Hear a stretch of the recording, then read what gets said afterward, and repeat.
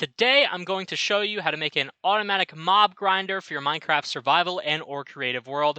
These designs are super simple and are perfect for those early game worlds when you don't have those farms set up yet. This requires no redstone. The only thing that might be complicated is a couple of hoppers. Other than that, this farm is super simple, easy to use, and early access. Let's jump right into this video, shall we? But before I start this video, I just want to thank you all so much for joining me on these couple adventures we've had over the past year or two. And I'm super excited to make a new announcement. Per request, I have opened a PO box. That way you guys can send in your submissions. And it's super easy. All you have to do is send it to my PO box here. The address is right on the screen right now. If you want to send me fan mail, any art, anything you might want me to see or open, feel free to send it. I will open it on camera, and I'm super excited. I had a few people send me some stuff already. I just want to thank you. And if we keep getting these videos or these people to send me in mail, I will open them on camera if you want me to. Just please leave a note on it if you want me to open it on camera or not. And that's going to be a fun new series we're going to start doing. But again, there's my P.O. box in case you wanted to send something in for fan mail and have it opened on camera. That's all I wanted to say. And thank you guys so much. Let's get into the video. So, before I show you how to make this project, here are the list of materials you're going to need to make the project. I've gathered them all up. It's really simple. You don't need too much. You're going to need a hopper, a chest, a fence, a water bucket, a couple of building blocks, and if you want some glass for each one of these. And if you want maybe a couple staircases as well, but they are optional because you can always use glass. But once you're ready, you can gather up all your materials and get ready to start building this project. We're going to be making two. If you want to make more, if you want to make less, that's entirely up to you. But I'll show you how to make each one right now. And once you are ready, the first step is going to be finding a nice flat area to work with. We have this kind of cleared out right here, ready to build. You're going to find a spot. You're going to dig 1 block, 2 blocks like so. Place a chest in one of those spaces, and then a hopper facing into the chest in that other space. So it's built into the ground. You should have a hopper facing into a chest. So now that we have one, we're going to go over and then place one more. So we're going to go here, and this is where our second one's going to be. Oh, I fell already. Maybe don't fall in the water is probably step one. But as you can see here, I kind of built this over the water, so it's a little hard. But here you go. So now we have chest and a hopper facing into the chest. So now this will be one individual farm. This will be a second individual farm. We could have sheeps and cows, cows and sheeps, pigs if you want to. Any mob that you can possibly fit into this and breed, this machine will work for. So now that we have that, the next process is going to be we're going to place a temporary block above the hoppers, place a upside down staircase on that temporary block like so, and then remove this temporary block above the hopper. The best way to tell if this hopper or machine is working is when you open the chest and that dirt block or temporary block that we had placed is automatically collected. So that's how we're going to test our collection system. The reason we did these upside down staircases is that way we can still open the chest without fail, and it kind of adds to the effect of the farm. Next step is going to be take 1, 2, 3 solid blocks on all other sides of this hopper here. So this should be completely closed in with no gaps. So again, if you want to stand on the staircase, that's fine. So you can go 1, 2, 3 solid blocks exactly like this. So we're just copying this farm over to here. Now, this next part is entirely optional and is whatever you want to do is up to you. You can take glass blocks and place them in front like here, so you have a little window. You can go all the way around if you want to do something like that. Whatever you think looks the best is what you should do. If you want to just use solid blocks for this as well, or maybe do solid blocks on the sides like so and have the glass in front, that's okay too. As you can see here, both of them work and look exactly the same, but I think what I'm going to do is use that glass block and place it in the front like so. So we have a little looking or see-through window so we can tell what's in this farm, but keep the rest of the blocks and build it 1 block higher, but in a solid block, so it kind of adds to the form or the shape of this farm. Again, entirely up to you. Now, once you've done that, the next step is going to be getting the animals or mobs into this farm. So I recommend placing a couple of temporary blocks. That way you can jump up and lure animals up into these farms, like so.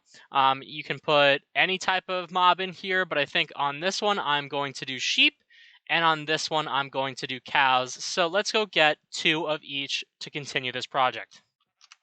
All right, so the first one we're gonna do is sheep. So all you have to do is get at least 2 sheep. So we're gonna try and just get 2 here. See if we can lure just 2 out. See if we can get one more. Boom. All right, so we got 3. That's okay. And then I'm gonna use wheat. You can use a rope if you want to, but I think wheat works the best. And now it's just a matter of using the wheat to lure the sheep into the farm that you want to put them in. So normally you just want to have 2. You do not need 3.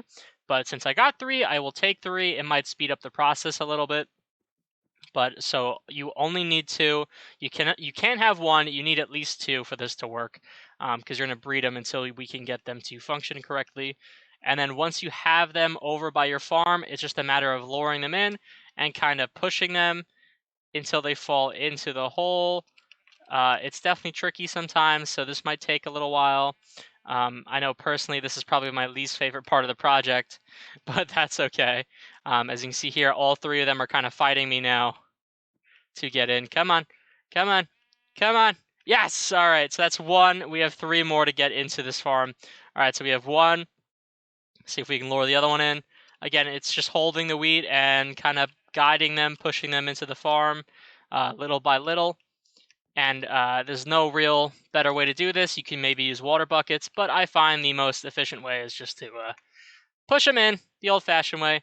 But give me a second. Let me get these guys in there.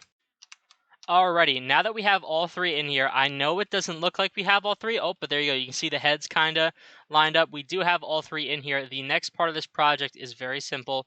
You're going to grab your temporary blocks again. So I'm going to place a temporary block, place a fence above that temporary block, and then get rid of the temporary block after it. So you should have a fence 1 block higher, like right here. And then grab a water bucket, and you have to manage to waterlog it on the bottom layer. So this might be a little hard. Oh, and I got it. So it's going to be on the bottom layer. So it's going to be right here next to this staircase. If you did it right, they should be bobbing up, but the fence gate will keep them, oh, sorry, the fence block should keep them from being able to escape. Now, in order to use this farm and how this farm works is, as you can see here, we have 3 of them all crammed into one spot. The way the game works is after a certain amount of mobs that are crammed into a 1 block space, it will kill off the oldest mob.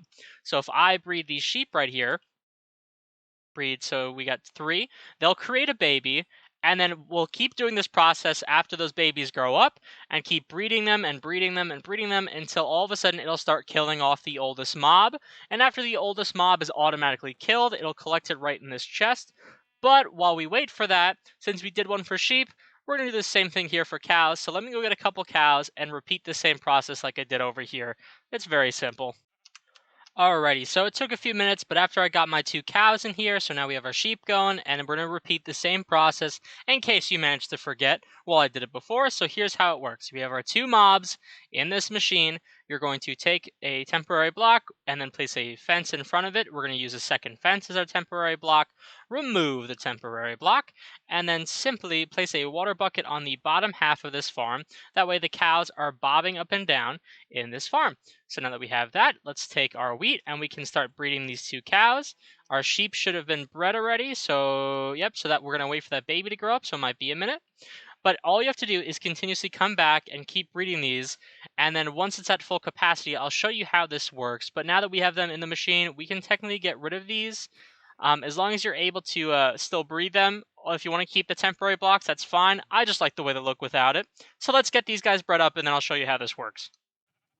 And after a while of continuously breeding them, it's about time I show you how this works. So you're going to keep breeding them until obviously they're both full, like we see here. And then once you're ready, and this is how you know it's working, is when I go up here and I hold right click and I start breeding them. You can see all of a sudden a few start to die off, killing the oldest ones like I was telling you before. And then it automatically gets collected down here. So as you can see on our first thing, we already have 21 mutton, and we're getting the wool from the sheep because this is a sheep version. Now, if we go over to the cow version is also quite similar, but instead of wool and mutton, we are going to get leather and steak or beef, whatever you want to call it. So let's check this. Yep, see, we're getting the leather and the raw beef getting collected right away. And once you've done that, you can continuously, every once in a while, grab your wheat, head up to one of these farms, hold right click, and simply gather all the materials you're going to need. It's very simple, it's very compact. If you want to, you can add some decoration to this as well. You can even do maybe some like pillars here on either side, something like that. It's entirely up to you. For right now, I'm going to leave it open because I don't know what I want to do with these yet. But this is the simple design of the farm. If you like this, please let me know. If this was helpful, please let me know. Again, I hope you enjoyed this video. My P.O. box will, again, be linked in the description below. Thank you so much for watching, and I hope you take care. Bye-bye.